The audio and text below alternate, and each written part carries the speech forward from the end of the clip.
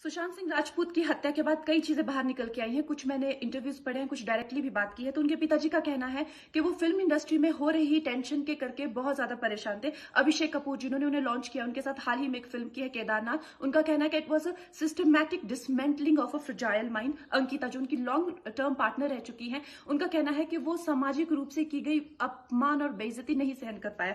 तो अब मैं आपको बताऊंगी कि मूवी माफिया ने ना कि सिर्फ उनको बैन किया था, सिस्टमैटिक डिसमेंटलिंग, कैसे कतरा कतरा करके उनका दिमाग तोड़ा गया है, उनको मारा गया है।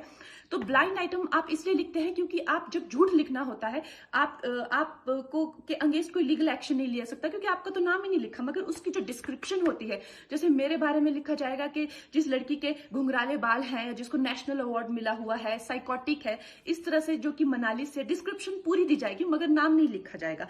23 अगस्त 2017 को बॉलीवुड लाइव सुशांत के बारे में लिखता है कि वो जब भी सेक्स करता है तो सिर्फ अपने ही गाने सुनता है, वो सबसे बड़ा नार्सिसिस्ट है। 16 दिसंबर 2016 में मुंबई मिरर लिखता है कि सुशांत एक ट्रक ड्राइवर की तरह लगता है। 22 फरवरी 2019 को मुंबई मिरर लिखता है कि पार्टी में तमाशा करने के बाद सुशांत ने कांच की बोतल एक डायरेक्टर के सर पे दे मारी। 18 अक्टूबर 2018 को डीएनए लिखता है कि सुशांत ने अपने को एक्टर का रेप किया और वो मीटू के चलते अब जेल जा सकता है। और ऐसी न जाने कितने अनगिनत झूठ।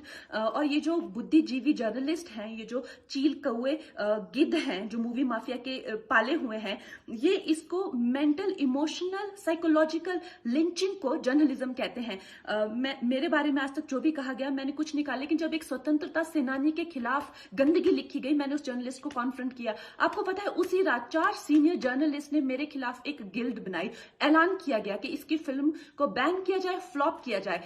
आपको पता है, 3000 जर्नलिस्ट गैंग अप होते हैं एक अकेली लड़की पर, उसकी इमोशनल लिंचिंग करते हैं सरेआम, और ये समाज कुछ नहीं कहता, कानून कुछ नहीं कहता है। मैंने उन पे केस करने की कोशिश की, मगर 1 महीने बाद वो गायब हो गए। मेरी फिल्म रिलीज हुई, गायब हो गए। तो मेरा कहने का मतलब ये है कि अगर ये समाज जिस अन्याय की बुनियाद पर खड़ा है और कभी आवाज नहीं, आप ये पढ़ते हैं, चटकारे लेते हैं, कभी आपने सोचा है कि कभी नेपो किड्स के बारे में ये क्यों नहीं लिखा जाता है? तो ये अन्याय का फंदा किसी दिन आपके बच्चों के गले में लटका मिलेगा, आपके गले में लटका मिलेगा। इसलिए जब तालियां बजेगी और सीटियां बजेगी, तब आपको पता चलेगा कि क्या गुजरती होगी।